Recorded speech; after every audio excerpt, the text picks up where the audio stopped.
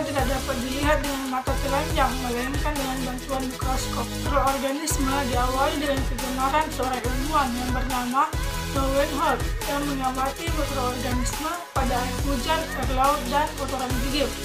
Ternyata, pada berbagai bahan tadi banyak ditemukan zat unik, diantaranya protozoa dan bakteri. Walaupun saat itu, Lowenholt hanya menggunakan jenis mikroskop yang sangat sederhana. Ini adalah satuan unik terkecil makhluk hidup yang merupakan dasar penyusun bagian-bagian tubuh. Sel merupakan komponen yang paling sederhana dalam sistem organisasi kehidupan. Berdasarkan penyusun makhluk hidup dibagi menjadi dua, yaitu prokariotik dan eukariotik.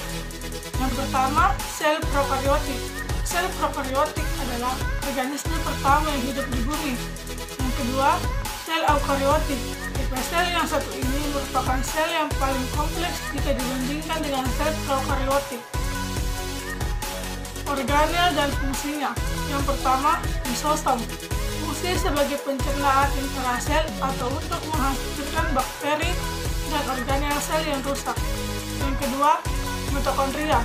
Fungsi mitokondria berfungsi sebagai pusat pembakaran atau pernapasan, atau juga bisa disebut dengan respirasi seluler. Yang ketiga, sentrosom. Fungsi sentrosom pada sel hewan adalah membantu pembelaan sel. Yang keempat, badan Golgi, atau bisa disebut dengan mengeluarkan zat dan metabolisme sel.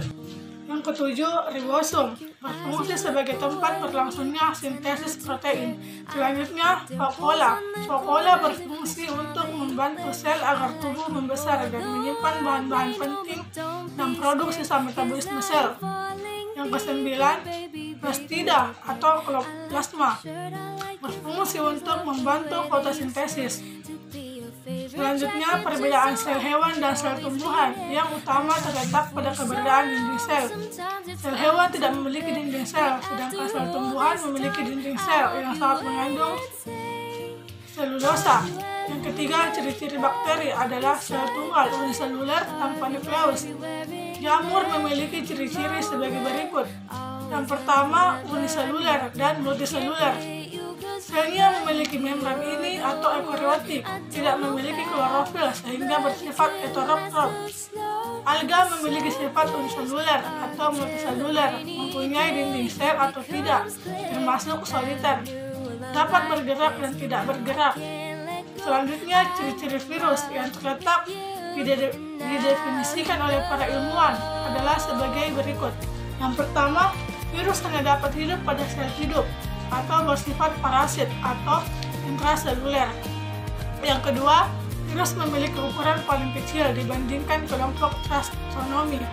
Yang ketiga, virus tidak memiliki enzim metabolisme dan tidak memiliki ribosom. Yang keempat, setiap tipe virus hanya dapat menginfeksi beberapa jenis inang tertentu. Yang kelima, virus tidak dikategorikan sel karena hanya berisi partikel. Menginfeksi yang terdiri dari asam nukleut yang terbungkus di dalam lapisan terlindung.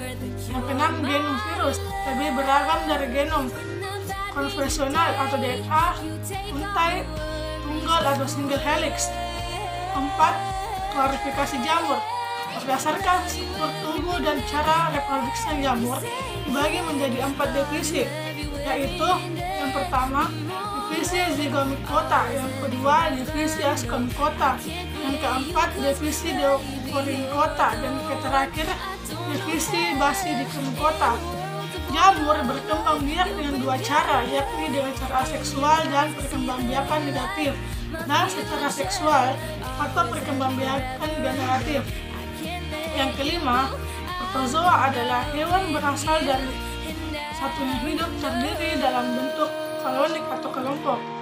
Protozoa hidup di air atau setidaknya di tempat yang basah. Mereka umumnya hidup bebas dan terdapat di lautan, lingkungan air, atau daratan. Nah, teman-teman, ada pun ciri-ciri dari protozoa yang perlu kamu ketahui, yaitu protozoa adalah eukariotik. Protozoa termasuk kategori organisme heteroktor.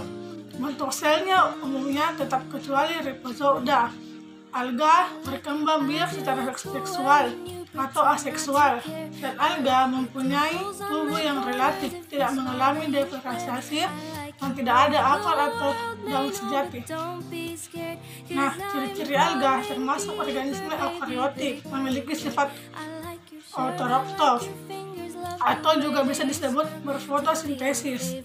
Terdapat klorofil dan pigmen fotosintetik. Nah, yang terakhir, enzim adalah katalis yang membantu mempercepat reaksi biologis. Faktor yang mempengaruhi kerja enzim, yang pertama adalah suhu, yang kedua pH, yang ketiga aktivator dan inhibitor, yang keempat atau juga disebut terakhir kontraksi enzim dan substrat. Sekian.